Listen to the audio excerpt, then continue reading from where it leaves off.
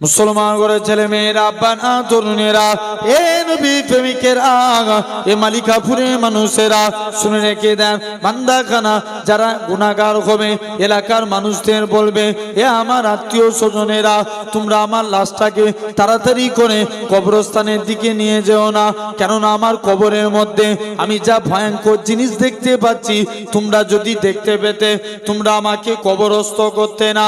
এ নওজোয়ান যুবকেরা যারা নেককার হবে এলাকার মানুষদের বলবে এ আমার আত্মীয় স্বজনেরা তোমরা আমার লাশটাকে তাড়াতাড়ি করে কবরস্থানের দিকে নিয়ে চলো, কেননা আমি আমার কবরের মধ্যে আমার আল্লাহ পাকের রহমতে দয়ার জান্নাত দেখতে পাই। এ নওজোয়ান যুবকেরা আল্লাহ নবী জানিয়েছেন বান্দাকে কবরস্থ করা হবে, কবরস্থ করার পরে 41 বার রেখে আসা হবে। কেউ যদি রোগে মারা যায় তার রোগ ভালো হয়ে যাবে, কেউ ক্যান্সার রোগে মারা গেল রোগ ভালো হয়ে যাবে। ক্যান্সার রোগ হয়ে যেই জায়গাটায় ক্যান্সার হয়েছে ওই জায়গাটা পচে গেছে তার রোগ ভালো হয়ে যাবে।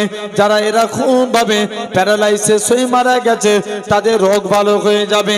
যারা অ্যাক্সিডেন্টে মারা গেছে রোগ ভালো হয়ে যাবে। এ নওজোয়ান যুবকেরা কবরবাসী উঠে দাঁড়িয়ে যাবে, ছেলেরা পায়ে করে বাড়ি ফিরবে, তাদের পায়ের আওয়াজ শুনতে পাবে এ আমার আত্মীয় স্বজনেরা তোমরা আমায় কোথায় রেখে দিয়ে চলে গেলে। গ্রামবাসীর নাম ধরে ধরে ডাকবে এ আমার গ্রামের মানুষেরা তোমরা আমায় কোথায় রেখে দিয়ে চলে গেলে। এ নওজোয়ান যুবকেরা এরকম ভাবে আস্তে আস্তে করে কবরবাসী চিৎকার করে কাঁদবে। কবরটা এত অন্ধকার হবে, কবরটা এত অন্ধকার হবে, বলো তো দেখি এই জায়গায় এত আলো জ্বলছে হঠাৎ করে যদি কারেন্ট চলে যায় কত অন্ধকার হয়ে যাবে। কবরটা এত অন্ধকার হবে, তবেই তো দুনিয়াতে তারার আলো আছে, চাঁদের আলো আছে। কবরটা এত অন্ধকার হবে, গোটা কবর আস্তে আস্তে করে গোটা কবরটা এরকম ভাবে আস্তে আস্তে করে অন্ধকার হয়ে যাবে। এ নওজোয়ান যুবকেরা এ নবী প্রেমিকেরা কবরটা এত অন্ধকার হবে এরকম ভাবে কবরে কোনো জায়গায় আলো জ্বলবে না। কবরটা দুনিয়ার অন্ধকারের থেকে 70 গুণ বেশি অন্ধকার হবে। কবরবাসী চিৎকার করে কাঁদবে এ আমার আত্মীয় স্বজনেরা কোথায় রেখে দিয়ে চলে গেলে, আপনি আমি কি বলে রেখাই পাবো। আপনার আমার কবরে মুনকার নাকির ফেরেশতা আসার আগে প্রতিটা বান্দা বান্দির কবরে হযরতে রুমান আলাইহিস সালাম আসবে, বান্দাকে তুলে বসাবে। এ দুনিয়ার জমিনের বান্দা আল্লাহ তোমায় 70 বছর হায়াত দিয়েছিল, আল্লাহ তোমায় 30 বছর হায়াত দিয়েছে। তোমার যৌবন হালত থাকে যুবক বয়সটাকে কোন কাজে ব্যয় করেছো খাতা কলমে লিখো।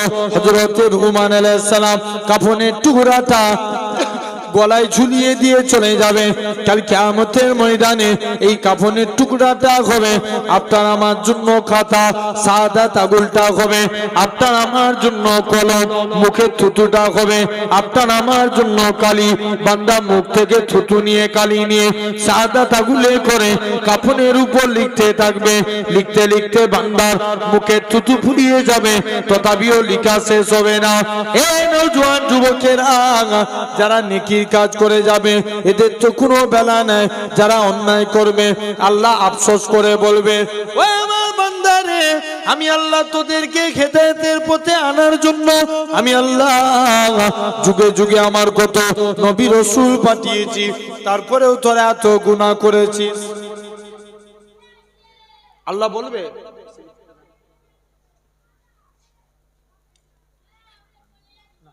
বলছি একটু টোনটাকে বাড়ান, টানছে বলা হাই করে রাখেন একটু। মুসলমান ঘরের ছেলে মেয়েরা আব্বারা তরুণেরা এ নবী প্রেমিকেরা এরকম ভাবে কবরবাসী চিৎকার করে কাঁদবে। ভেবেছে দুনিয়ায় মিথ্যা কথা বলে পার হয়ে গেছি, আল্লাহর কাছে মিথ্যা কথা বলে পার হয়ে যাব। আল্লাহ নামাজ পড়েছিলাম তোমার ফারিস্তারা লিখে নে, আল্লাহ রোজা করেছিলাম তোমার ফারিস্তারা করে নে। এ নওজোয়ান যুবকের এরকম ভাবে আমি আপনি কি বলে রেখায় পাবো, এরকম ভাবে আপনার আমার হাত সাক্ষী দিবে। আল্লাহ পাক এই হাত দিয়ে আপনার বান্দাটা মানুষের উপরে জুলুম করেছে, মানুষের উপর অত্যাচার করেছে, আপনার আমার কান সাক্ষী দিবে। আল্লাহ পাক এই কান দিয়ে আপনার বান্দাটা গান বাজনা শুনেছে, পরের গিবত গিল্লা শুনেছে, আপনার আমার পা সাক্ষী দিবে। আল্লাহ পাক এই পা দিয়ে আপনার বান্দাটা মসজিদের দিকে যায় না, মাদ্রাসার দিকে যায় না, দিনী মাহফিলে গিয়ে বসে না, এরকম ভাবে প্রতিটা অঙ্গ প্রত্যঙ্গ আপনার আমার বিরুদ্ধে সাক্ষী দিবে। হে নওজোয়ান যুবকেরা, আমার আল্লাহ জানাবে, ও আমার বান্দারে চলে যাও, চলে যাও, ও আমার ফেরেশতারা এই বান্দাটাকে জাহান্নামী করে দাও। বান্দাটাকে জাহান্নামের দিকে নিয়ে যাবে। বান্দা কানা জোর করে কাঁদবে। আল্লাহ পাক আল্লাহ এরকম ভাবে, আল্লাহ পাকে ফেরেশতারা আমরা অন্যায় করেছি ঠিকই কথা, গুনাহ করেছি ঠিকই কথা, কিন্তু আজকের দিনেতে আমাদেরকে যদি মাফ না করো, একটুখানি সময় দাও, আল্লাহর সঙ্গে দুটো কথা আছে, ফেরেশতারা ছেড়ে দিবে। বান্দা খানা দৌড়াতে দৌড়াতে আল্লাহ পাকের আরশে আজিমের কাছে চলে যাবে। আল্লাহর আরশে আজিমের কাছে গিয়ে আল্লাহর কাছে বলবে, আল্লাহ আজকের দিনে অন্যায় করেছিলাম ঠিকই কথা, ভুল করেছিলাম ঠিকই কথা, আল্লাহ তবে নাকি আপনি কুরআন পাক ইরশাদ করেছেন, ওমা ইয়াতাকাল আলাল্লাহি ফাকুয়া হাসবু, যে বান্দা নাকি আল্লাহ আপনার উপরে ভরসা করে আপনি তার জন্য যথেষ্ট হয়ে যান। আল্লাহ পাক আমি আপনার গুনাহগার বান্দা, আমি আপনার পাপী বান্দা, আপনার উপরে ভরসা করে রইলাম। আমার আল্লাহ জানাবে, সাত্তাকতাদি, ও আমার বান্দারে তুমি সত্য কথা বলেছো, চলে যাও, চলে যাও, আমি আল্লাহ তোমার জীবনের পাখার পাখার গুনাহটাকে ক্ষমা করে দিয়ে আমি আল্লাহ তোকে আমার রহমতে দয়ার জান্নাত দিয়ে দিলাম। একটু জোরে বলা গেল না? আল্লাহ কি দিল? বলো বলো। জান্নাত দিয়ে দিল। নবী বলছে এরপরে বান্দার কবরে আসবে মুনকার নাকির ফেরেশতা। কটা সওয়াল করা হবে কবরে? তিনটে। গোটা বুখারী তন্ন করে দেখেন, কবরে সওয়াল যা প্রসঙ্গে হাদিস এসেছে সাতটা হাদিসের মধ্যে 6টা হাদিসে বলা হচ্ছে কবরে একটা সওয়াল করা হবে। কি? নবীকে এনে কবরে হাজির করানো হবে। যে নবী চিনতে পারবে তার কবরে নাজাত। আর একটু জোরে বলা গেল না? আরো জোরে বলো। আর যদি নবী না চিনি নাজাত পাবো? জোর করে বলো না, পাবো না। তাহলে 1 নাম্বার নবী চিনতে হবে। 2 নাম্বার জেনে রেখে দেন ভাইয়েরা, আব্বারা, তরুণেরা। নাম্বার 2, আর একটা হাদিসে বলা হচ্ছে কবরে 3টে সওয়াল করা হবে। কি? মান রাব্বুকা, মা দীনুকা, ওমান নবিয়ুকা। মান রাব্বুকা, তোমার রব কে? কেন এই প্রশ্ন করা হয়? কারণ অনেকে দেবদেবীর পূজা করে, অনেকে মূর্তি পূজা করে। তোমরা কাকে রব বলে মেনেছো? তখন উত্তর দেব রব্বি আল্লাহ। রব্বি আল্লাহ, আমরা আল্লাহকে রব বলে মেনে নিয়েছি। তাহলে যেহেতু উত্তর দিয়ে দিচ্ছে আর প্রশ্ন করার দরকার নাই। দ্বিতীয় প্রশ্ন করছে, মা দীনুকা, কোন ধর্ম দিয়ে আল্লাহকে মেনেছো? বলো না। ইসলাম ধর্ম দিয়ে। কারণ অনেকে খ্রিস্টান, তারাও আল্লাহ মানে। কারা? খ্রিস্টান 3 ষষ্ঠায় বিশ্বাসী। আল্লাহ, মারিয়ম, ঈসা, বলেন নাউজুবিল্লাহ। ইহুদি তারাও আল্লাহকে মানে। কোন ধর্ম দিয়ে আল্লাহকে মেনেছো? তখন আমরা উত্তর দেব দ্বীনি। সবাই মিলে মুখ দিয়ে বলতে পারছো নি? কবরে যেতে হবে তো, এগুলো শিখতে হবে। বলেন দ্বীনি ইসলাম। ইসলাম ধর্ম দিয়ে আল্লাহকে মেনেছি। 3 নাম্বার প্রশ্ন, ওমান নবিয়ুকা, তোমার নবীটাকে? মুসাইলামাতুল কাজ্জাব সে নবী দাবি করেছিল। তোমরা কাকে নবী বলে মেনেছো? তখন আমরা উত্তর দেব নবিয়ে মুহাম্মদ সাল্লাল্লাহু আলাইহি ওয়াসাল্লাম, মুহাম্মদ সাল্লামকে আমরা নবী বলে মেনে নিয়েছি। যখনই উত্তর দেব তার কবরটা জান্নাতের গোলাপ ফুলের বাগান হয়ে যাবে। আর একটু জোরে বলা গেল না? কিসের বাগান? জান্নাতের গোলাপ ফুলের বাগান। এটা হলো এক নাম্বার। তাহলে আমরা এই কবরের যদি উত্তর দিতে পারি তবেই কবরটা হবে জান্নাত, আর উত্তর না দিতে পারলে কি হবে? জাহান্নাম। আসেন, কবরে আযাব থেকে আমরা বাঁচতে চাই ভাই। মরণ থেকে কেউ বাঁচতে পারবো? মরণ থেকে বাঁচতে পারবো না। আযাব থেকে বাঁচতে চাই। কারা কারা চায় একবার হাত তুলে দেখান। তাহলে একবার হাত তুলে রাখেন না, তাকবীর দেন। হাতটা তুলে রাখতে বলেছি, তাকবীর দেন। নারে তাকবীর। একটু কাছাকাছি এসো না, সব দূরে থাকলে হবে? বাপ একটু আগে চলে আসেন, মামলাট পড়ে আছেন, একটু আগে চলে আসেন না, সামনে সামনে আসেন। দূরে থাকলে মহব্বত বাড়ে না কমে? হাত নামান, হাত নামিয়ে দেন, জোর করে তাকবীর দেন দেখি। নারে তাকবীর। আলহামদুলিল্লাহ। আরো জোরে দেন। নারে তাকবীর, নারে তাকবীর। আলহামদুলিল্লাহ। জেনে রেখে দেন, এই তো আস্তে আস্তে লোক হচ্ছে। লোক আনানোর মালিক কে? আল্লাহ।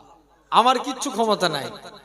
আর আপনারাও নিয়ত করবেন যে এই পিননগর হুজুরের নাতি এসেছিল আবুল বাসার, ওয়াজ করবে, শুনবো, শুনে চলে আসবো।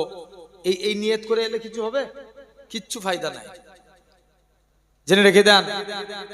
আপনি ভাববেন যে আল্লাহ তোমায় খুশি করার জন্য তোমার নবীর ভালোবাসা এসেছি, দুনিয়ার কোনো চাওয়া পাওয়া এই জায়গায় বসাই নাই। একবার দরুদ পড়েন, আল্লাহুম্মা। আগে একটু পানিটা দাও।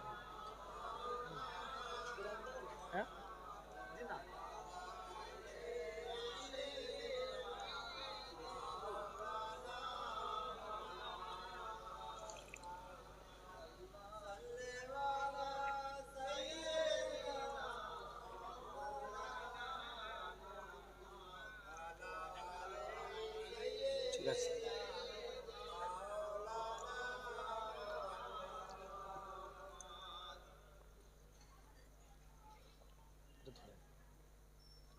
দরুদ শরীফ। আল্লাহুম্মা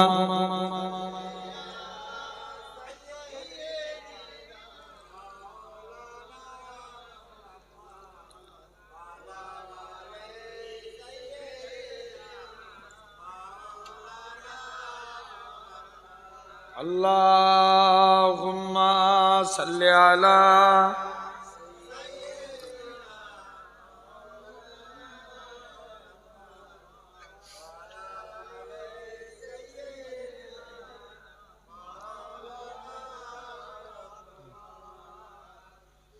ভালোবাসার জায়গা মদিনা, ভালো লাগার জায়গা মদিনা। জোরে বলো না সুবহানাল্লাহ। আর একটু জোরে হয় না? ভালোবাসার জায়গা মদিনা, ভালো লাগার জায়গা মদিনা। এত সুন্দর জায়গা কোথাও দেখি না, এত সুন্দর জায়গা কোথাও দেখি না। সাজিয়েছেন দয়াল রব্বানা, ভালো লাগা জায়গা মদিনা। আরো জোরে বলবে না? ভালোবাসার জায়গা মদিনা, ভালো লাগা জায়গা মদিনা। একদিন খবর যাব, কেউ তো যাবে না। একদিন খবর যাব, কেউ তো যাবে না। যাবে আমার সাখে মদিনা, ভালো লাগা জায়গা মদিনা। আরো জোরে হয় না? ভালোবাসার জায়গা মদিনা, ভালো লাগা জায়গা মদিনা।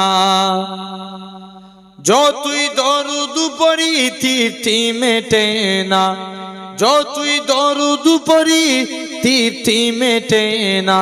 সুন্নাতেও শান্তি থাকে না, ভালো লাগা জায়গা মদিনা। আরো জোরে বলো না? ভালোবাসার জায়গা মদিনা, ভালো লাগা জায়গা মদিনা।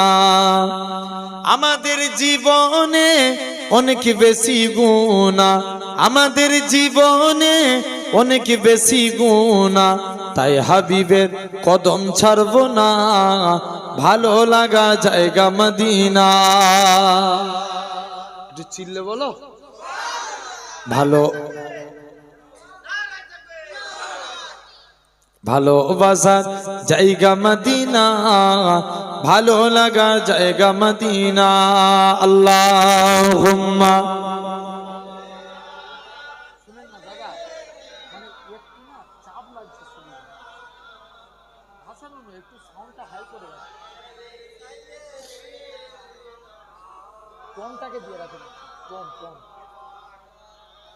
আমার ভাইরা, তো আসেন কবরের আযাব থেকে বাঁচতে চাই আমরা সবাই হাত তুললাম, তাহলে কিছু কাজ করতে হবে তো।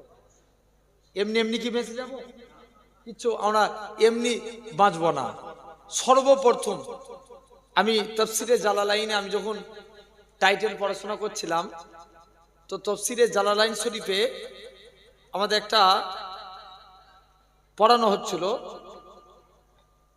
তাফসীরে জালালাইনে এসছে সূরা মুলকের ফজিলত, সূরা মুলকের ফজিলতে এসছে আল্লাহ নবী বলছেন, আবু হুরায়রা রাদিয়াল্লাহু তাআলা হুজুর থেকে হাদিসটা রেয়াত, তিনি বলছেন নবী বলেছে, যে ব্যক্তি প্রতিদিন নিয়মিত সূরা মুলক পাঠ করলো, 29 পারায় আছে, তাবারাকাল্লাযী বিয়াদিল মুলক ওয়া হুয়া আলা কুল্লি শাইইন কাদির, আছে না নাই? 29 পারায় সূরা মুলক একদম প্রথমে, যেটাকে আবার অনেকে তাবারাকাল্লাযী সূরা বলে। এই সূরা মুলক যে ব্যক্তি নিয়মিত পাঠ করবে, দিনে দিনে প্রতিদিন একবার করে পাঠ করবে, আল্লাহ রাসূল বলছেন কিয়ামতের ময়দানে যখন বান্দার কবরে আযাবের ফেরেশতা আসবে, সূরা মুলক ফরিয়াদ করবে, এ আল্লাহর ফেরেশতা, এই বান্দার কবরে আযাব হতে দেবনি। ফেরেশতারা জিজ্ঞেস করবে কেন? বলবে কেননা এই বান্দাটা সদা সর্বদা তার জবান থেকে আমি সূরা মুলককে পাঠ করেছিল। জোরে বলে আল্লাহ সূরা মুলকের ফরিয়াদকে কবুল করে আযাবের ফেরেশতাকে সরিয়ে নেবেন। তাহলে নাম্বার 1, আমরা যখন জোহরের টাইমে যে কিছুক্ষণ টাইম কোরআন পড়ি না, পড়বেন, দেখবেন আগেকার যুগের মানুষ অনেক কোরআন পড়তো, এখন তুলনামূলক কোরআন পড়া কমে গেছে, হ্যাঁ কি না? আগে একটা পাড়ায় জলসা হলে 150 খতম 200 খতম করে 30 বছর পিছিয়ে যান কোরআন মাজিদ হতো, এখন দেখবেন সেটা এসে নিচ্ছে 22 খতম, কোন জায়গায় 27। জেনে রেখে দেন, কোরআন আপনারা জোহরের নামাজ পড়তে যাচ্ছেন কি ঈশার নামাজ পড়া হয়ে গেছে, 15 মিনিট কোরআন তেলাওয়াত করেন, একটু পড়বেন, একটা সূরা পড়েন। জেনে রেখে দেন ভাইরা, আব্বারা, তরুণেরা, আল্লাহ কবুল করে নেন ভাই আব্বা। তো এরকম ভাবে নবী বলছেন, 1 নাম্বার কবরে আযাব থেকে বাঁচতে গেলে তোমাদেরকে নাম্বার 1 কাজ করা লাগবে, টোটাল 8টা কাজ করতে হবে। টোটাল কটা বললাম? 8টা। নাম্বার 1, 1 নাম্বার ইখলাসের সঙ্গে নামাজ পড়তে হবে। শুনছো তো আমার কথা? ইখলাসের সঙ্গে, অর্থাৎ খাঁটি ভাবে। নবী বলছেন শিরক 2 প্রকার, একটা শিরকে আকবার, একটা শিরকে আসগার। আকবার মানে বড়, আসগার মানে ছোট। বড় শিরক কোনটা? যেটা আল্লাহ ব্যতীত অন্য কাউকে সিজদা দেয়া। বলেন তো বাপ, এই কপাল কার জন্য? আল্লাহর জন্য। এটা আল্লাহ ব্যতীত অন্য কাউকে দেয়া যাবে? যাবে না। আর শিরকে আসগার লোক দেখানো কাজ। নবী বলছে আমার পথভ্রষ্ট, আমার উম্মতরা পথভ্রষ্ট হবে লোক দেখানো কাজের ব্যাপারে। সমাজে দেখবেন অনেক নামাজি আছে। এখন তো যদি আপনাদের এই মালিকাপুরে বলি ভাই কাল থেকে নামাজ পড়বেন, সবাই বলবে ইনশাআল্লাহ। বলবে না? বলবে না? এই কাল কাল করেই কাটিয়ে দেয়, কাল আর হচ্ছে না। আছে না? আমি একটা কথা বলছি, একটা গল্প বলে যাচ্ছি, শুনে রেখে দেন, জ্ঞান থাকলে বুঝে নেবেন কেন বললাম। এক দেশের এক রাজা ছিল, তার একটা ফলের বাগান ছিল। কিসের বাগান? রাজা হুকুম করলো, এই আমার ফলের বাগান থেকে যদি কেউ 1 ঝুড়া ফল এনে দিতে পারে আমি তাকে অনেক পুরস্কার করব। একটা যুবক, দেখবেন যুবকদের কনফিডেন্সের থেকে ওভার কনফিডেন্স বেশি, হ্যাঁ কি না? একটা যুবক যে বলছে রাজা এটা কোনো ব্যাপার হলো, এ তো আমার বাম হাতের কাজ। বলছে ঠিক আছে যাও, তবে বাগান শেষ হয়ে গেলে রিটার্ন বাগানে ঘুরে আসা যাবে না। বলছে ঠিক আছে। যুবক বাগানের গেট দিয়ে চলে গেলেন। প্রথম গেটে প্রবেশ করি, দেখে সুন্দর কিছু ফল ঝুলছে, যে আমি আরেকটু ভিতরে যাই। আরেকটু ভিতরে গেলেন, প্রথমের তুলনায় আরো সুন্দর ফল দেখতে পেলেন। বলছে আরেকটু ভিতরে যাই, আরো সুন্দর ফল দেখতে পেলেন। লাস্টে গেলে বাগান শেষ। কি হলো? বলো বলো বলো, কথা বলতে হবে। ওয়াজ শোনার জিনিস না বুঝার জিনিস? বুঝার জিনিস। বুঝলে আবু বাকার, না বুঝলে আবু জেল। আমরা কার দলে থাকবো? আবু বাক্কারের দলে কারা একবার হাত তুলে দেখাও তো দেখি। তুমি দাঁড়িয়ে আছো কেন? মলি সাহেব লোক নিচে এসে বসো। জেনে রেখে দেন, এই একবার তকবীর মারো তো দেখি। না রে তকবীর, আওয়াজ নাই। মালিকাপুরের দত্তপুকুরের মানুষ আপনারা, তাই তো নাকি? না বারাসাত দত্তপুকুর। ও জোর করে তকবীর দেন, না রে তকবীর। ওই ভাইটা চুপ করে বসে আছে, বলো না রে তাকবীর। আলহামদুলিল্লাহ। জেনে রেখে দেন ভাইরা, আব্বারা, তরুণেরা, এরকম তো এখন যুবক কি ভর্তি ঝুরা নিয়ে যাবে না খালি ঝুরা নিয়ে যাওয়ার কথা, কিন্তু রাজার কাছে কি ঝুরা নিয়ে যাবে? খালি ঝুরা নিয়ে যাবে। রাজার কাছে খালি ঝুরা নিয়ে যে হাজির। রাজা বলছে এই তুমি খালি ঝুরা নিয়ে এসছো কেন? বলছে রাজা বাগান শেষ। তো জানবেন আমাদেরও দুনিয়াটা হচ্ছে এরকম ওই বাগানের মতন। যতদিন দুনিয়ায় আছি, যেই নিঃশ্বাস বন্ধ হয়ে যাবে, হাজারো চেষ্টা করি ফেরেশতারা একবার ছেড়ে দাও, দুনিয়ায় যাব আর কোনোদিন অন্যায় কাজ করব না। আর ফিরে আসতে পারবো? জোরে বলো, আর ফিরে আসতে পারবো না। জেনে রেখে দেন ভাইরা, আব্বারা, তরুণেরা, তাহলে আমাদেরকে নামাজ পড়া লাগবে। বলো ইনশাআল্লাহ, জোর করে বলো। বলুন তো এই সমাজে বিড়িখোর বাড়ছে না কমছে? কম না বেশি? অনেক বেশি না?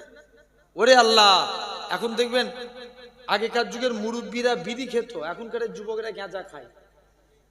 খারাপ লাগছে আমার কথা? একদম হাকিকাত ঘটছে। ওরা আবার একারা খাবে না, 4-5 জনকে একসঙ্গে নিয়ে জামাত করে গাঁজা খায়। ভুল বলছি? বলুন তো এই সমাজে মাতাল বাড়ছে না কমছে? বাড়ছে না? দেখবেন এখন মদের নামে অনেকে এনার্জি ড্রিঙ্ক পান করে, যেগুলোতে অ্যালকোহল থাকে। আছে না নাই? অ্যালকোহল খাওয়া আমাদের জন্য জায়েজ না জায়েজ? হারাম। জেনে রেখে দেন অনেক দেখবেন আগে মানুষ লটারি কাটা হারাম জানতো, যে লটারি কাটবুনি। এখন দেখবেন মনে মনে বিসমিল্লাহ বলে লটারি কাটে। আছে না নাই? যাতে টাকাটা পেয়ে যায়। একজন তো নামাজ পড়ে দোয়াই চেয়ে ফেললো, আল্লাহ আমি সবসময় লটারি কাটিনি, মাঝে সাঝে কাটি, আল্লাহ একবার যদি 1 কোটি টাকা পেয়ে যায়, তোমার যে কি ইবাদত করবো আল্লাহ তুমি চিন্তা করে টের পাবে না। এই দোয়া চা যাবে? জেনে রেখে দেন ভাইরা, আব্বারা, তরুণেরা, তাহলে আমাদের নামাজ পড়তে হবে। বলেন ইনশাআল্লাহ। নবীর একজন সাহাবী ছিলেন। একদিন নবীর তখন মুসলমান হয়নি, নবীর দরবারে চুপ করে যে নবীর দরবারে বসে আছে, নবীর দিকে তাকিয়ে মুচকে মুচকে হাসছে। নবী যুবকের দিকে তাকিয়ে, জোরে বললেন না? আসতে হয়ে গেল, আরো জোরে বলা লাগবে। ভাই চিরজীবন বিড়ালের মতন বেঁচে থেকে লাভ আছে? বাঁচবেন 1 ঘন্টা সিংহের মতো বাঁচেন। এখন নবী চলে গেলেন, আস্তে আস্তে করে গিয়ে এখন ওই যুবকটা যে নবীর দরবারে বসে আছে, নবী যুবকের দিকে তাকিয়ে মুচকে মুচকে হাসছে। যুবকটা বাড়ি চলে এসছে, কাজ করতে যায়, মনে পড়ে রাসূলুল্লাহর মুচকি হাসি। ঘুমাতে যাচ্ছে, মনে পড়ে রাসূলুল্লাহর মুচকি হাসি। যুবকটা থাকতে পারলেন না, বলছে যাই যে দেখি আজকে নবী কেন সবসময় নবীর কথা মনে পড়ছে। মুসলমান করে ছেলে মেয়েরা আব্বারা তরুণেরা এ মালিকাপুরে মানুষের যুবক ছেলে কানা দৌড়ে দৌড়ে দৌড়ে আল্লাহ নবী হুজরা মুবারকি চলে গেলেন। আল্লাহ নবী দরবারে যে সালাম দেয়, এ হযরত মুহাম্মদ সাল্লাল্লাহু আলাইহি সাল্লাম, হুজুর আমি কাজ করতে যাই, মনে পড়ে যায় আপনার মুচকি আসি, হুজুর আমি ঘুমাতে যাই, মনে পড়ে যায় আপনার মুচকি আসি, হুজুর আমি কাজ করতে পারি না, হুজুর আমি ঘুমাতে পারি না, বারে বারে আপনার নূর চাঁদখানা দেখতে মন চায়। এ হযরত মুহাম্মদ সাল্লাল্লাহু আলাইহি সাল্লাম, হুজুর আপনার হাতখানা বাড়িয়ে দেন, আজকের দিনে আমি যুবক ইমানে কালেমা পড়ে মুসলমান হয়ে গেলাম।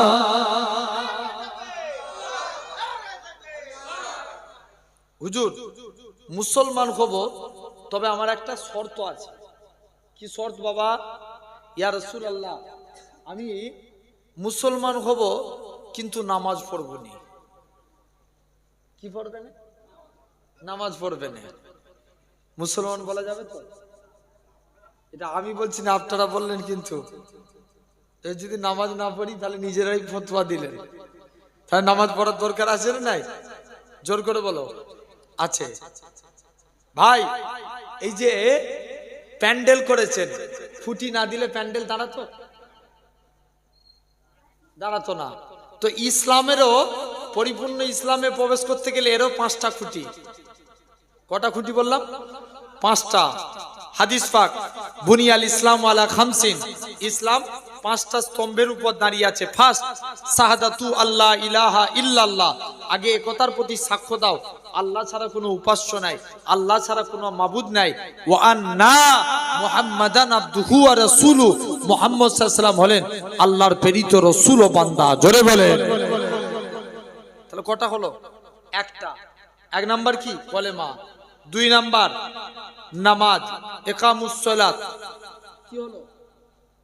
নামাজ প্রতিষ্ঠা করা লাগবে, নামাজ।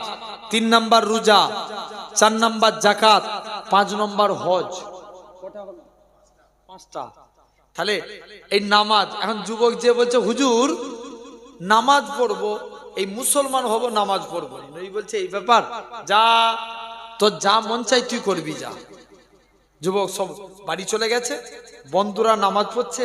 আবার একদিন নবীর দরবারে এসেছে, হুজুর আমার বন্ধুরা নামাজ পড়ছে, আমি নামাজ পড়বনি বলেছিলাম না, তবে আজকের দিনে কথা দিচ্ছি হুজুর নামাজ পড়বো কিন্তু আমি উজু করব না। কি করবে না? উজু করবে না। ভাই পবিত্রতা আগে না উজু আগে? ইয়েস, ঠিক বললো চাচা। উজু আগে না নামাজ আগে? উজু আগে। নামাজ আগে না নবী আগে? ইয়েস, নবী আগে। জেনে রেখে দেন, পবিত্রতা যদি মনে করেন জায়গা পাক, জামা পাক, লুঙ্গি পাক, শরীর না পাক, নামাজ হবে? তাহলে শরীরকে পাক করতে গেলে আমাদের কিছু কাজ করা লাগবে। আমি আসছি পরে, এখন ওইদিকে আলোচনা নয়। যাক, এখন যুবক নবীর দরবারে চলে গেছে, নবীর দরবারে যে চুপ করে নবীর দরবারে যে বসে আছে, বলছে হুজুর আমি নামাজ পড়বো বলেছিলাম, হুজুর নামাজ পড়বো কিন্তু আমি উজু করবো না। নবী বলছে যা আমার দরবার থেকে বেরিয়ে যা, তো যা মন চাই তুই করবি, যা। মুসলমান করে ছেলে মেয়েরা, আব্বারা তরুণেরা, এ নবী প্রেমিকেরা, আল্লাহ নবী সাহাবী যুবক ছেলেখানা মসজিদের দিকে চলে গেলেন। যে দেখে নাকি আল্লাহ নবী জামাতা হযরত শেরে আলী রাদিয়াল্লাহু তাআলা আনহু হুজুর আমার মসজিদে দাঁড়িয়ে দাঁড়িয়ে উজু করে। উজু করার নিয়ম হচ্ছে 2 হাতের কোণই পর্যন্ত দৌত করা।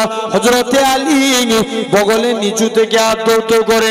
পা ধোয়ার নিয়ম হচ্ছে 2 পায়ের গাঁট পর্যন্ত দৌত করা। হযরত আলী হাঁটুর নিচু থেকে পা দৌত করে। যুবক ছেলেখানা বলে হে রাসূলুল্লাহ সাহাবী, হে হযরত আলী তুমি কেন এত বেশি বেশি করে উজু করো? হযরত আলী বলে ওগো বাবা যুবক, আল্লাহ নবীর মুখ থেকে শুনেছি, আল্লাহ নবী বলেছেন যে প্রকৃত উজুদার হবে, উজুর পানি শরীরে যেই জায়গায় থাকবে কাল কিয়ামতের ময়দানে তার শরীরের ওই জায়গা থেকে নূর চমকাতে থাকবে।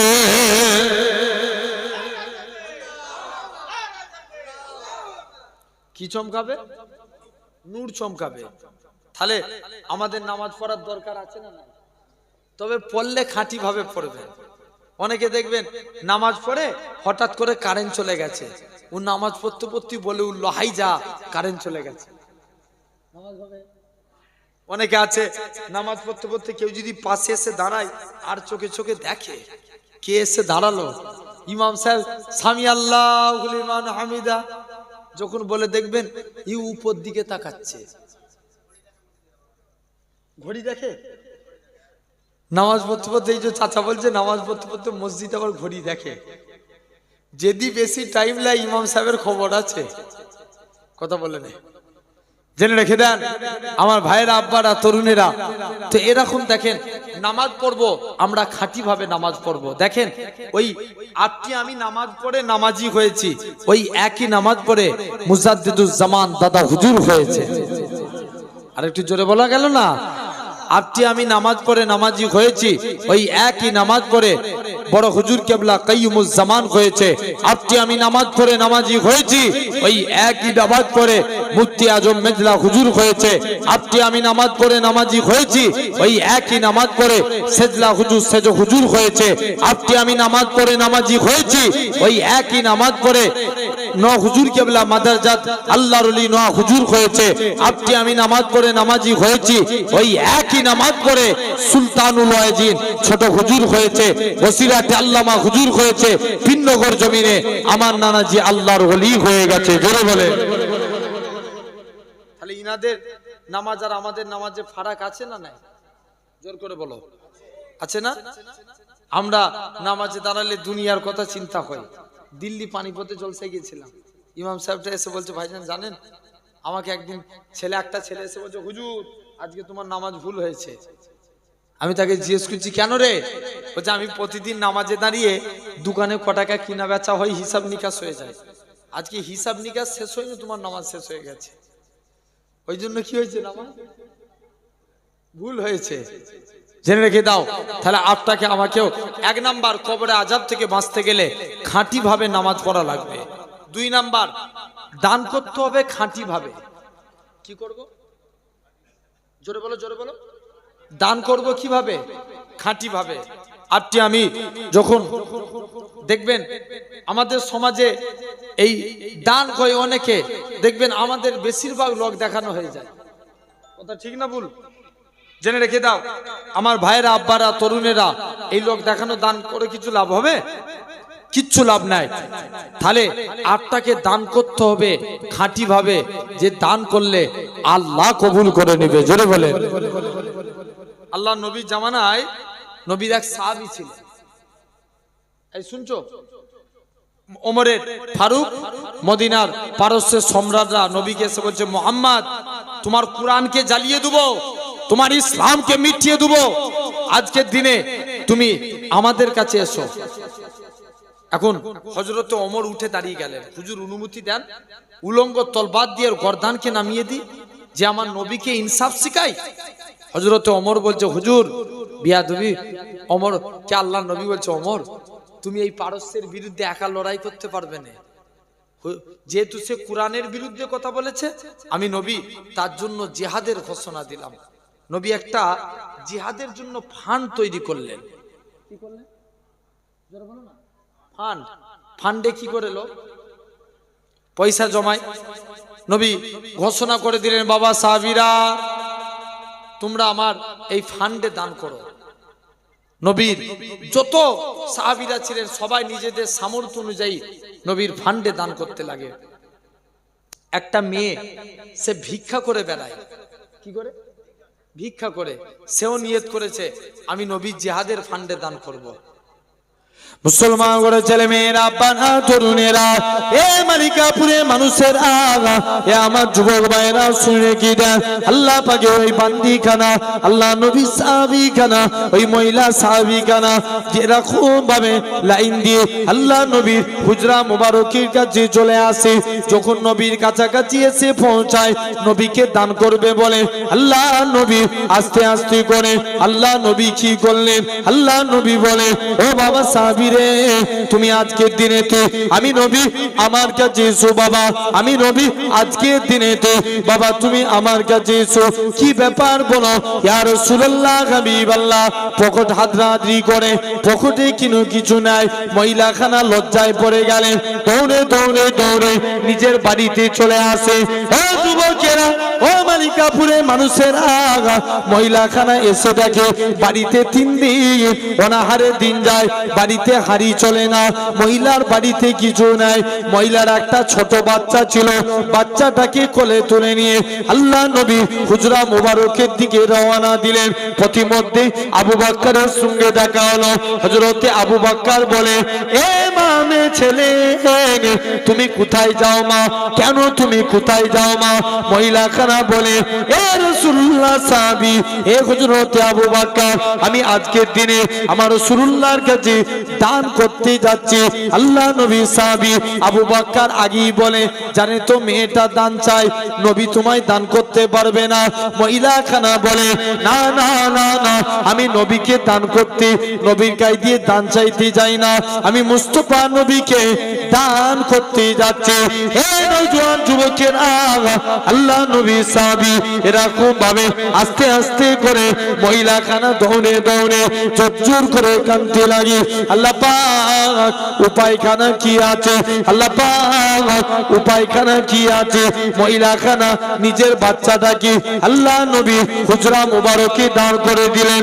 আল্লাহ নবী বলে, এ মা মেয়ে ছেলে, বলো তো দেখি আমি তোমার এই আজকের দিনে তোমার বাচ্চাটাকে নিয়ে কি করব?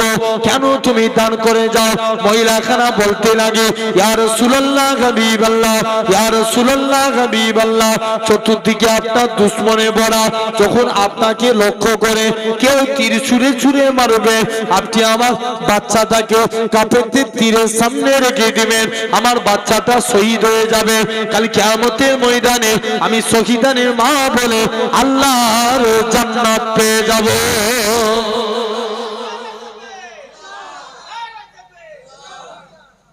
কিসের মা বলে?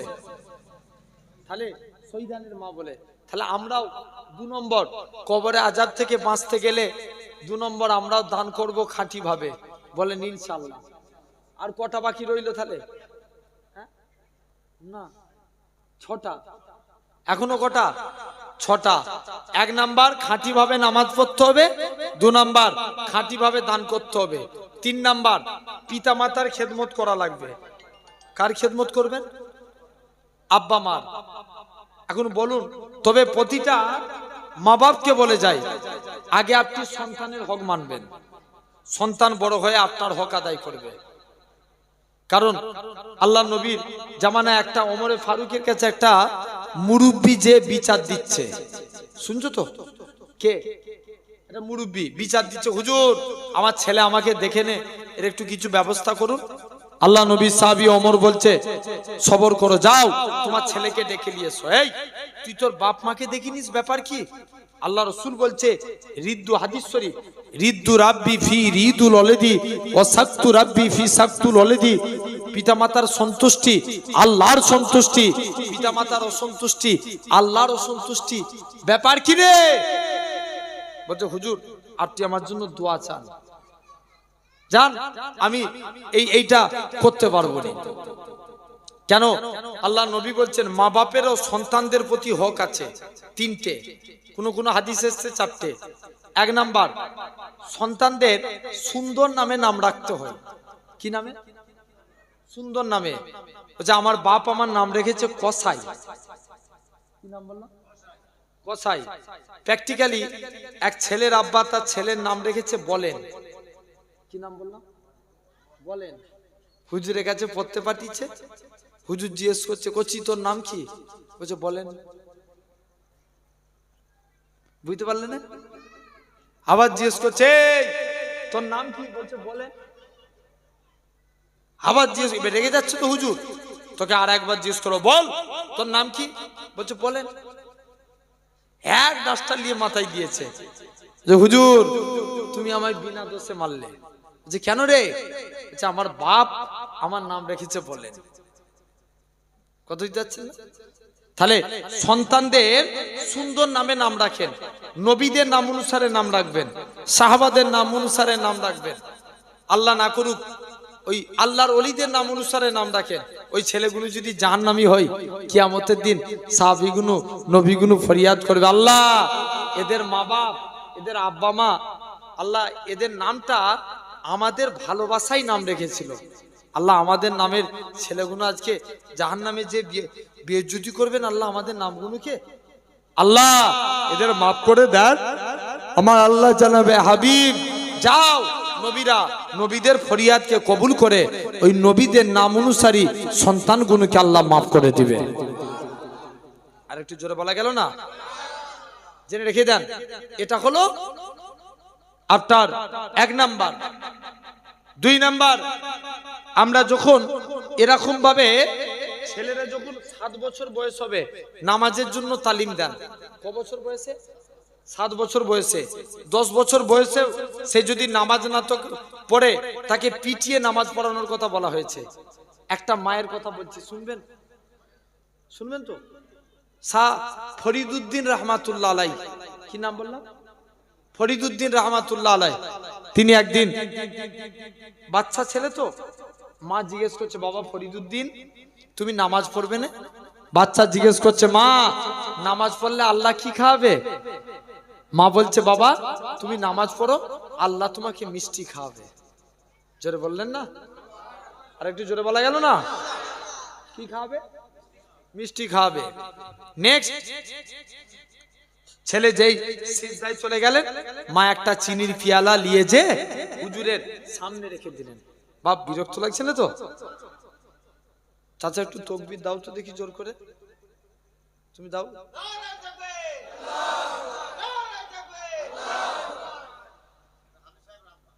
আচ্ছা আলহামদুলিল্লাহ। জেনে রেখে দেন, এরকম ভাবে খুব মনোযোগ দিয়ে শুনেন। এখন যেই নামাজে চলে গেলেন, চিনির পেয়ালা সামনে রেখে দিলেন। হুজুর নামাজ থেকে ফারেক হয়ে দেখে চিনিটা খেয়ে মাকে বলছে মা আমার চিনি খাওয়া দেখে, আমার নামাজ পড়া দেখে আল্লাহ খুশি হয়ে আল্লাহ আমাকে চিনি পাঠিয়েছে। জোরে বলবে না? আমি কথা দিচ্ছি কোনোদিন নামাজ ছাড়বো না। ছেলে প্রতিদিন নামাজ পড়তো আর মা চিনির পেয়ালা সামনে রেখে দিতেন। মা যখন বুঝতে পারলো ছেলের নামাজের প্রতি মহব্বত বেড়ে গেছে, মা চিনি দেয়া বন্ধ করে দিয়েছে। মা ছেলেকে অনেকদিন পর জিজ্ঞেস করছে বাবা তুমি কি আর চিনি খেতে পাচ্ছ?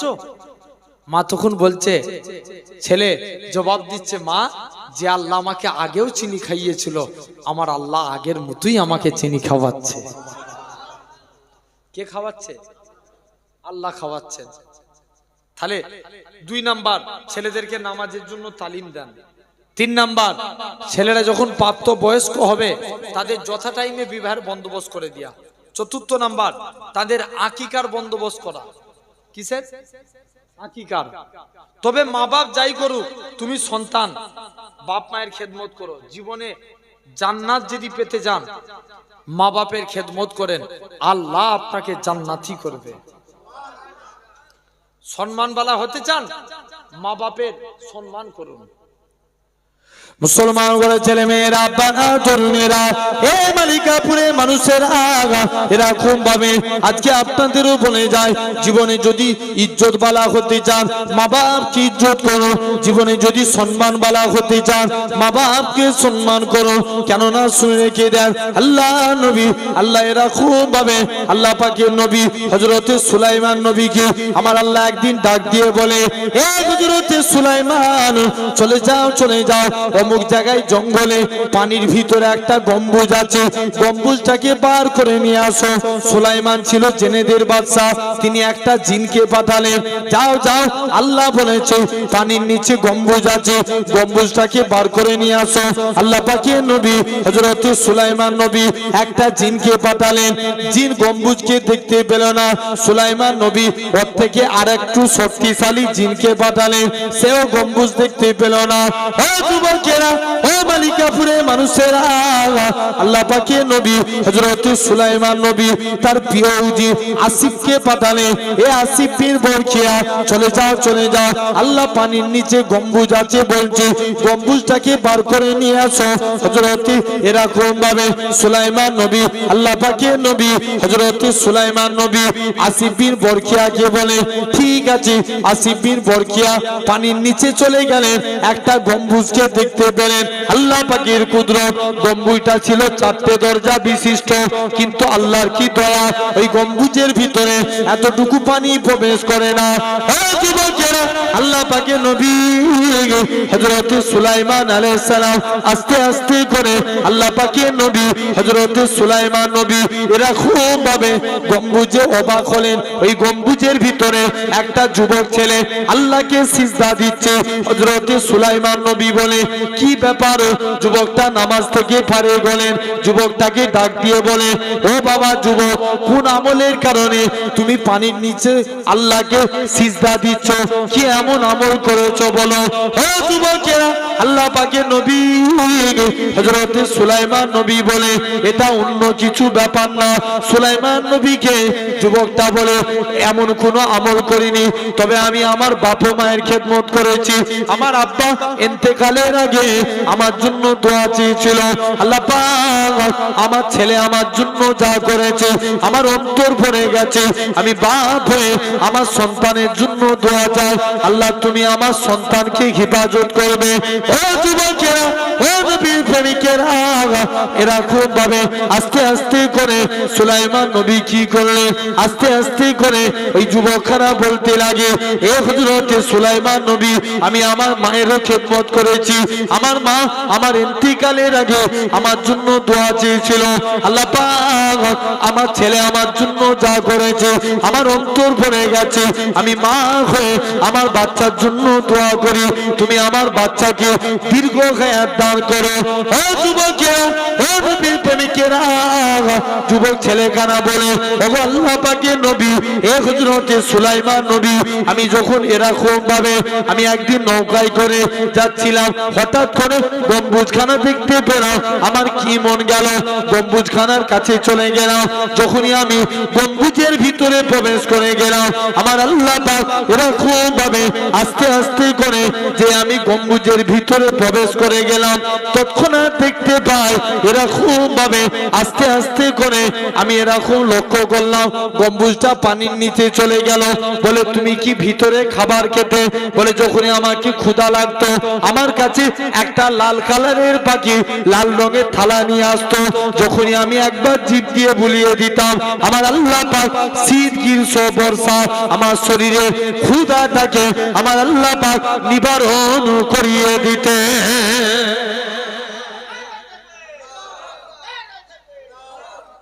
তাহলে কার খেদমত করেছে? আব্বা মা। তাহলে আমরাও করব, বলো না ইনশাআল্লাহ। বাইজিদ বোস্তামি নাম শুনেছি না? বাচ্চা বয়সে হুজুরের মা হুজুরকে মাদ্রাসায় রেখে দিয়ে চলে এসেছে। কোথায়? মাদ্রাসায়। যারা বোর্ডিং এ থাকে তারাই জানে মাদ্রাসায় থেকে পড়াশোনা করার কষ্ট কত, হ্যাঁ কি না? এখন মাদ্রাসায় রেখে দিয়ে চলে এসেছে, বাচ্চা ছেলে তো, মায়ের জন্য মন খারাপ, মা আমি যাব। মা এখন উস্তাদকে বলেছে, উস্তাদ আমার ছেলের 18 বছর পূর্ণ না হলে একে মাদ্রাসা থেকে আসতে দিবেন না। উস্তাদ বলছে ঠিক আছে। এখন বলছে পড়ো। তোমার মা বলছে হুজুর না, আমি আমার মায়ের কাছে যাব। বলছে না, তোমাকে ছাড়বো না।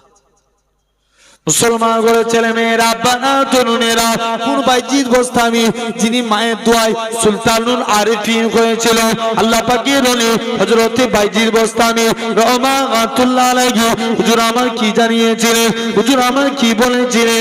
আল্লাহ পাকের ওলি হযরত বাইজিদ বোস্তামি শিশু বেলায় উস্তাদকে জিজ্ঞাসা করে, উস্তাদ গো আমি মাদ্রাসা থেকে আমার মায়ের কাছে যেতে চাই। না না না না, তোমাকে ছাড়া যাবে না।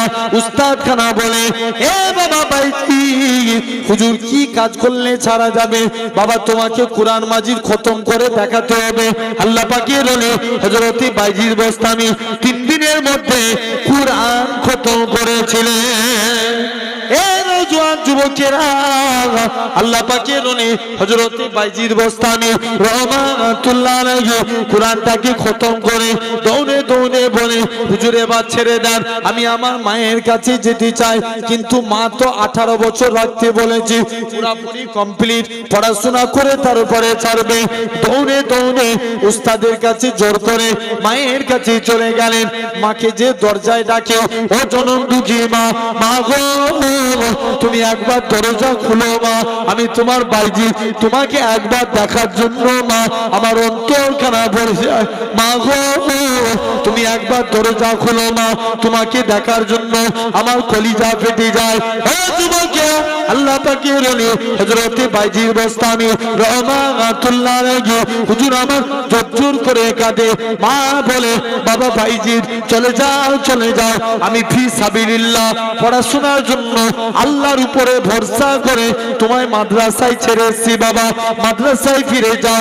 মা একবার মুখটা দেখাও না, বাবা মাদ্রাসায় চলে যাও। আল্লাহ পাকের ওলি হযরত বাইজি বোস্তামি 18 বছর মাদ্রাসায় পড়াশোনা করলেন। আর এই 18 বছর যাবত আল্লাহ পাকের ওলি বাইজি বোস্তামির মা নামাজে গিয়ে সিজদায় পড়ে দোয়া চায়, আল্লাহ পাক তুমি আমার বাইজিদকে বড় আলেম এবং সুলতানুল আরেফিন বানিয়ে দাও। কথা বুঝতে পারছেন না? তাহলে কবরে আযাব থেকে বাঁচতে গেলে কার খেদমত করতে হবে? আব্বা মা। একটা হাদিস শরীফে আমি পড়েছিলাম তানবিহুল গাফিলিন কিতাবে, মুনকার নাকির ফেরেশতা সর্বপ্রথম বান্দার মাথার দিক দিয়ে প্রবেশ করবে। কোন দিক দিয়ে? মাথার দিক দিয়ে। আপনি আমি যে নামাজ পড়েছি, কি পড়ি? নামাজ।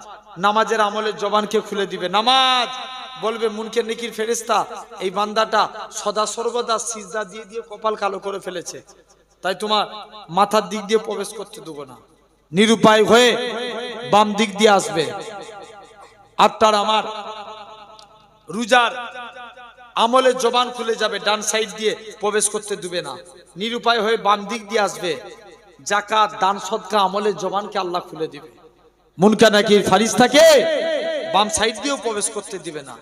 নিরুপায় হয়ে পায়ের দিক থেকে আসতে থাকবে। কোন দিক থেকে? পায়ের দিক থেকে। আপনার আমার পায়ের দিক থেকে প্রবেশ করতে যাবে। পিতা মাতার খেদমতের আমল বলবে, হে আল্লাহর ফারিস্তা, মুনকার নাকির ফারিস্তা, এই বান্দার পায়ের দিক থেকেও প্রবেশ করতে দেব না। কেননা বান্দাটা আল্লাহকে রাজি করার জন্য বাপ মায়ের খেদমত করেছে। আর একটু জোরে বলা গেল না? তাহলে এটা হলো 3 নাম্বার। তাহলে 1 নাম্বার কি বললাম আবার মনে করো, ভুলে গেলে চলবে না। কিভাবে নামাজ পড়তে হবে? সহি ভাবে বা খাঁটি ভাবে। 2 নম্বর কেমন ভাবে দান করতে হবে? খাঁটি ভাবে। 3 নাম্বার কি বলেছি? আব্বা মার বলো বলো খেদমত করা লাগবে। 4র্থ নাম্বার মুখ দিয়ে তাসবিহ পড়ব। ভাই বেকার বসে আছেন চুপ করে, এর ওর উল্টো পাল্টা চিন্তা না করে মনে মনে দরুদ করেন, আল্লাহুম্মা সাল্লি আলা সাইয়্যিদিনা মুহাম্মাদিন ওয়া আলিহি ওয়া সাহবিহি ওয়া বারিক ওয়া সাল্লিম। পড়তে পারি না? কারোর সঙ্গে কথা বলছি, আপনি মনে মনে পড়েন না। আপনি কলেমা পড়েন, লা ইলাহা ইল্লাল্লাহ মুহাম্মাদুর রাসূলুল্লাহ সাল্লাল্লাহু আলাইহি ওয়াসাল্লাম, কলেমা পড়েন। আপনি 3 নাম্বার যাচ্ছেন, সুবহানাল্লাহ, আলহামদুলিল্লাহ, আস্তাগফিরুল্লাহ বেশি বেশি করে তওবা ইস্তিগফার করেন। মাশাআল্লাহ, আলহামদুলিল্লাহ। একটু তাকবীর দেন, নারে তাকবীর, একটু জোরে দেন, নারে তাকবীর। আমার মামাতো ভাই আলহামদুলিল্লাহ বড় ভাইজান এসেছেন, আপনাদের কাছে একটু জোরে সোরে তাকবীর দেন, নারে তাকবীর, নারে তাকবীর। ভাইজান এসেছেন, জান্নাতের দোয়া আমাদের মতন ছোট ছোট আবুল ওয়াসার গুণ আজকে সমাজে ঘুরে বেড়াচ্ছে। মাশাআল্লাহ, আমার যাকে আমি বড় ভাইয়ের মতন ভালোবাসি, আমার বড় ভাই, আমার মামাতো ভাই, আপনাদের খেদমতে হয়তো এখনই আসবেন। ভাইজান আসা পর্যন্ত আমি 2-1টা কথা বলছি, অসুবিধা হচ্ছে না তো? আলহামদুলিল্লাহ, একবার দরুদ পড়েন আল্লাহুম্মা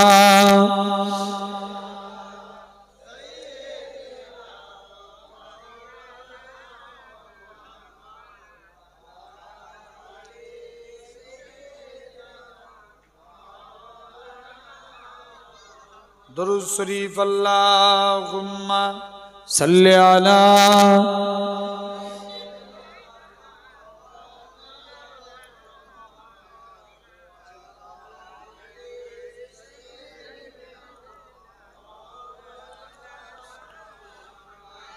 লক্ষ তারার মাঝে তুমি একটি তারা, যার লাগি পাগলে বসুন্ধরা।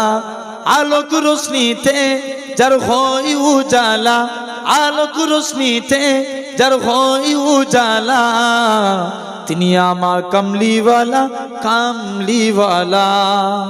জোরে বলো না, আরেকটু জোরে হয় না? তিনি আমার কামলিওয়ালা কামলিওয়ালা, তিনি আমার কামলিওয়ালা কামলিওয়ালা। আকুল পৃথিবী যার পরশ লাগি, ফুল পাখি যার প্রেমের অনুরাগী। আকুল পৃথিবী যার পরশ লাগি, ফুল পাখি যার প্রেমের অনুরাগী। যে ফুলের সৌরভে মনুতালা, তিনি আমার কামলিওয়ালা কামলিওয়ালা, তিনি আমার কামলিওয়ালা কামলিওয়ালা। লক্ষ কোটি তারার মাঝে তুমি একটি তারা, যার লাগি পাগলে বসুন্ধরা। আলোক রোশনীতে যার হয় উজালা, আলোক রোশনীতে যার হয় উজালা, তিনি আমার কামলিওয়ালা কামলিওয়ালা, তিনি আমার কামলিওয়ালা কামলিওয়ালা। যে নাম বুকেতে আছে সব মুমিনের, সেরা মানব বুঝিনি সকল যুগে।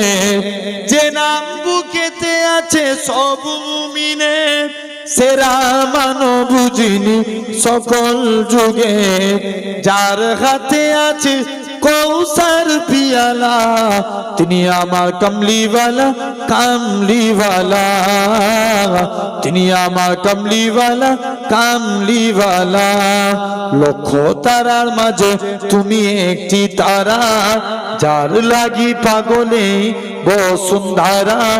আলোক রোশনীতে যার হয় উজালা, আলোক রোশনীতে যার হয় উজালা, তিনি আমার কামলিওয়ালা কামলিওয়ালা। আল্লাহুম্মা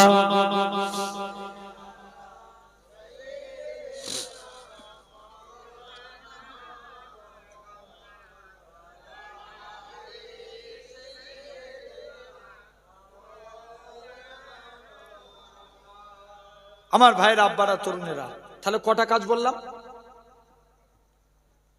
কটা আমল বললাম? টোটাল চারটা। কটা? চারটা। আবার বলছি, কবরে আযাব থেকে বাঁচতে গেলে 1 নাম্বার ইখলাসের সঙ্গে নামাজ পড়া লাগবে। 2 নাম্বার ইখলাসের সঙ্গে দান করতে হবে, পিতামাতার খেদমত করতে হবে, মুখ দিয়ে ভালো কথা অর্থাৎ তাসবিহ পাঠ করা লাগবে। 4টে হয়ে গেল। টোটাল কটা বলবো বলেছিলাম? 8টা। টোটাল 8টা। 5ম নাম্বার, মিথ্যা কথা বলা ত্যাগ করা লাগবে। কি কথা? মিথ্যা কথা। নবী বলছে যে সত্য কথা বলার চেষ্টা করলো, আল্লাহ তাকে সত্যবাদীদের দলভুক্ত করে জান্নাতি করবে। কাদের দলভুক্ত করে? সত্যবাদীদের দলভুক্ত করে। দেখবেন আজ যদি আমরা মিথ্যা কথা বলার চেষ্টা করি, মিথ্যাবাদীদের দলভুক্ত হয়ে জাহান্নামী হব। 1 নাম্বার মানে 5 নম্বর। 6 নাম্বার, কারোর সঙ্গে চকলখুরি করা যাবে না, কারণ চকলখোর কখনো কবরে আযাব থেকে রেহাই পাবে না। কি করা যাবে না? জোরে বলো। চকলখুরি করা যাবে? দেখবেন আপনার কাছে আপনার নতুন কথা জানবেন, আপনার একটা জিনিস মাথায় রাখবেন, যে আপনার বদনাম অপরের বদনাম আপনার কাছে এসে করে, জানবেন আপনার বদনামও অপরের কাছে করে। কথা বুঝে আসছে না? এটা আমার কথা নয়, বড় মনীষীর কথা। ভাইয়েরা, আব্বারা, তরুণেরা, তাহলে আমরা বিশ্বাসঘাতকতা এই চকলখুরি কারোর সঙ্গে করব না, বলেন ইনশাআল্লাহ। একটা যুবক, আপনার এক ছেলে, এক মালিক, আগেকার যুগে মালিক কিনা বেচা হতো না, একজন একটা গোলাম কিনে নিয়ে এসছে। তো মালিককে বলছে আমার গোলামটা মাঝে মাঝে চকলখুরি করে। কি করে? জোরে বলবে তো। চকলখুরি করে। মালিক চকলখুরির দিকে গুরুত্ব না দিয়ে গোলামকে কিনে নিয়ে চলে এসছে। গোলামকে কিনে নিয়েছে, এখন বেশ গোলাম ভালো কাজ করছে, কাজে তো কোনো প্রবলেম নাই। একদিন মালিকের স্ত্রীকে যে বলছিস, মালিকের স্ত্রী, আপনি ম্যাডাম, আপনি শুনেন, মনে হচ্ছে আপনার স্বামী অন্য কাউকে ভালোবাসে। কাকে যে বলছি বলবে তো? মালিকের স্ত্রীকে যে বলছে, হ্যাঁ এতদিন আমরা সংসার করছি, কোনোদিন অশান্তি হয়নি, আর তুই বলছিস?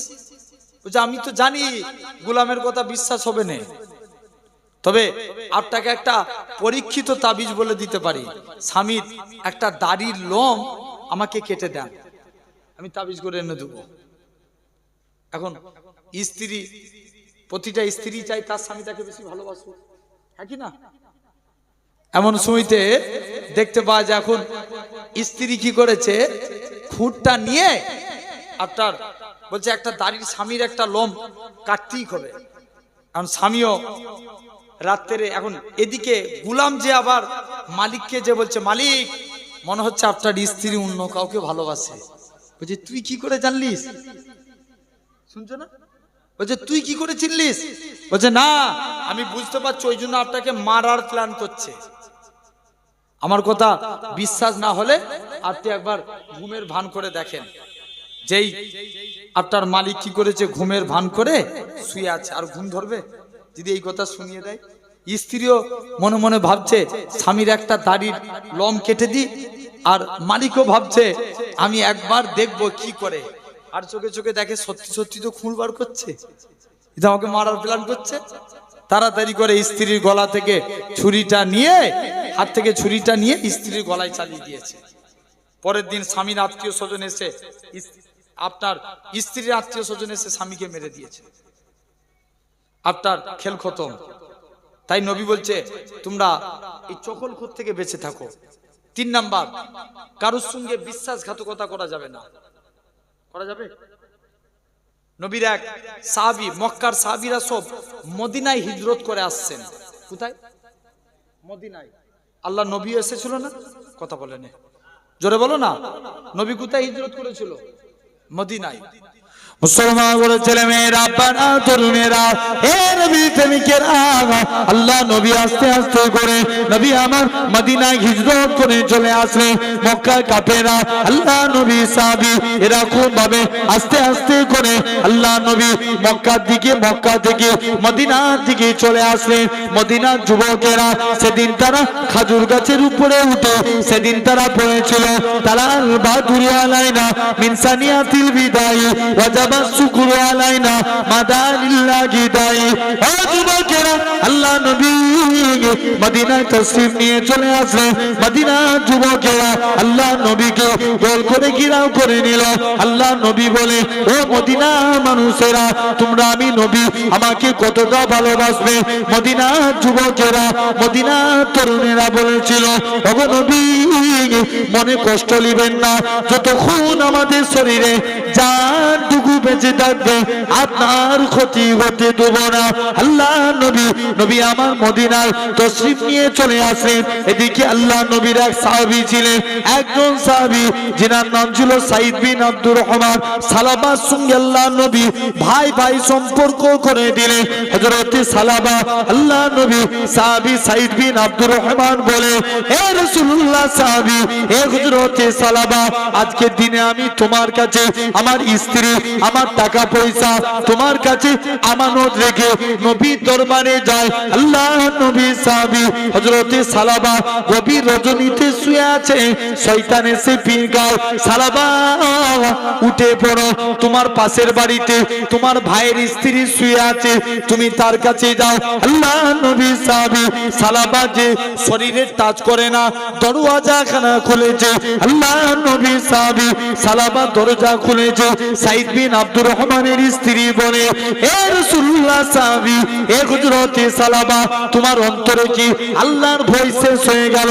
সালাবা সঙ্গে সঙ্গে তৎক্ষণাৎ তিনি কি করলেন, তাড়াতাড়ি করে আল্লাহ নবী সাহাবী হযরতে সালাবা আস্তে আস্তে করে সালাবা কি করলেন, আপনার এরকম ভাবে সালাবা ওই জায়গা থেকে চলে আসলেন, পর্বতের চূড়ায় চলে গেলেন।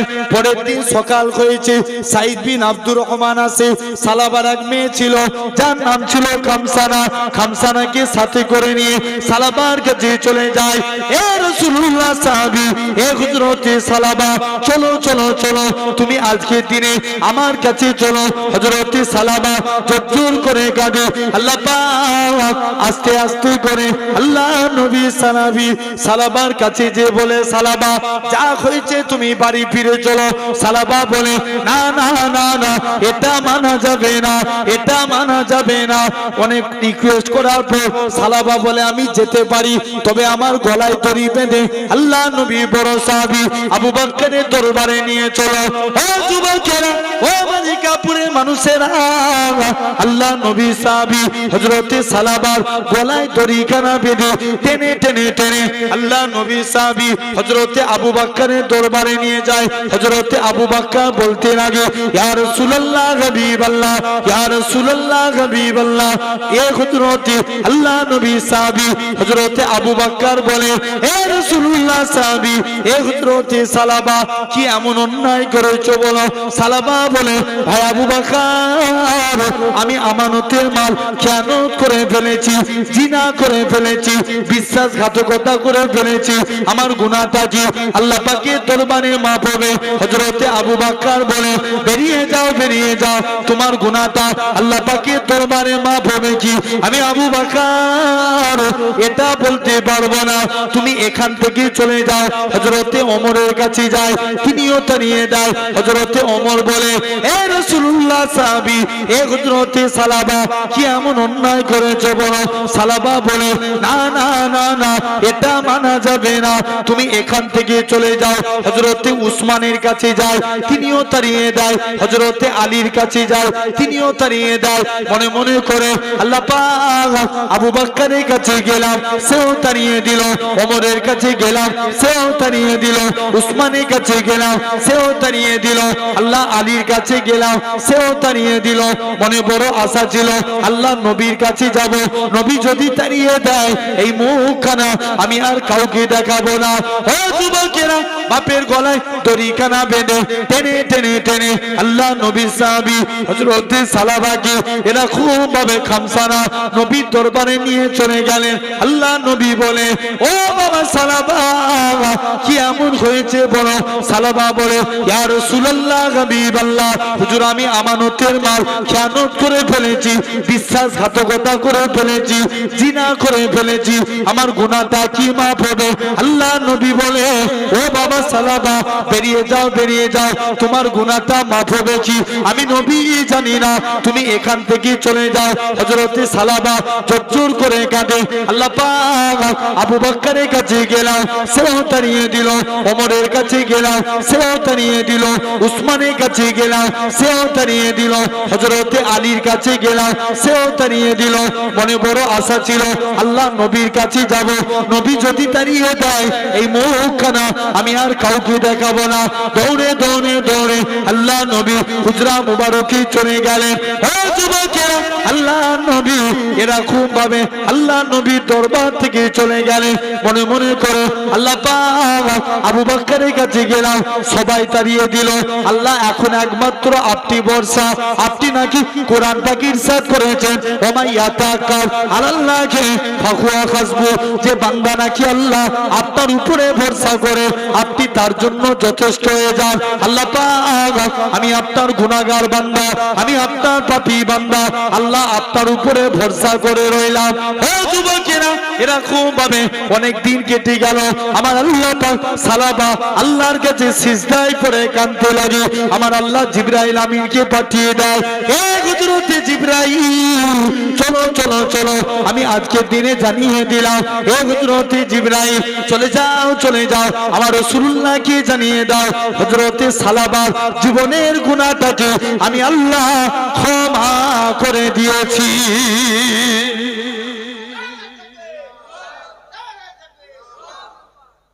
যাও, আমি আল্লাহ তাকে মাফ করে দিয়েছি, আমি আল্লাহ তাকে ক্ষমা করে দিয়েছি, চলে যাও, এখান থেকে চলে যাও।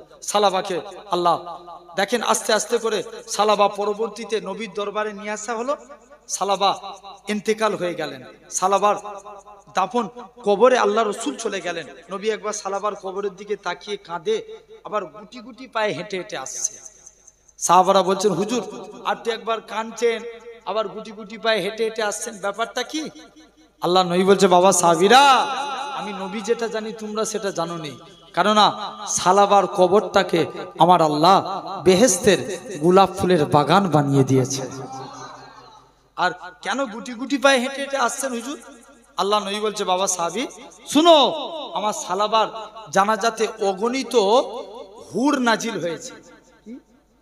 হুর হুর, ওই হুরেরা এসে সালাবা যাতে হুরেরা না পা লেগে যায়, এই জন্য আমি নবী গুটি গুটি পায়ে হেঁটে হেঁটে যাচ্ছিলাম। তাহলে কাজে কাজী আপনাকে আমাকেও পরিবর্তন হওয়া লাগবে। তিনটে অর্থাৎ 7টা হলো, 4 আর 3 কত বাকি রয়েছে? কটা? একটা। 8ম নম্বর, কবরে আযাব থেকে বাঁচতে গেলে প্রস্রাবে 6টা থেকে বাঁচতে হবে। কার 6টা থেকে? পেশাবে 6টা থেকে। দেখবেন আমরা অনেক টাইমে ইস্তেঞ্জা করি, ফিডব্যাক এসে গায়ে লাগে না, কথা বলে না, শরীরে লেগে যায়। আমি আমার নানাজি হুজুরকে দেখেছি পীরনগর শরীফে, হুজুর কেবলা একটা মাটির ঢিলা, বুঝেন, ইস্তেঞ্জা করে হুজুর কেবলা একটা ঢিলা নিয়ে 41 পা হাঁটা চলা করতেন। কত পা? এরকম ভাবে হাঁটা চলা করতেন। মানে অবশিষ্ট অংশ দেখবেন আমরাও অনেকে ইস্তেঞ্জা করি, যেই উঠে দাঁড়াই 1 বা 2 বা প্রস্রাব লুঙ্গিতে পড়ে যায় না, এরকম। আরে বলেন না কথা, এরকম প্রবলেম হয় না? হয় না? মশলা অনুযায়ী তাহলে তো ওই লুঙ্গিতে নামাজ হবে? পরিমাণ দেখতে হবে, পরিমাণ যদি অল্প হয়, শরিয়াতের মশলা অনুযায়ী যে জায়গাটায় নাপাক লেগেছে ওই জায়গাটা পানি দিয়ে ধৌত করে নামাজ পড়া যাবে, কিন্তু তাকওয়াতান ক্ষেত্রে চলবে না। কি ক্ষেত্রে? তাকওয়াতান ক্ষেত্রে। ভাইজান আসছেন, একবার তাকবীর দেন না রে, তাকবীর।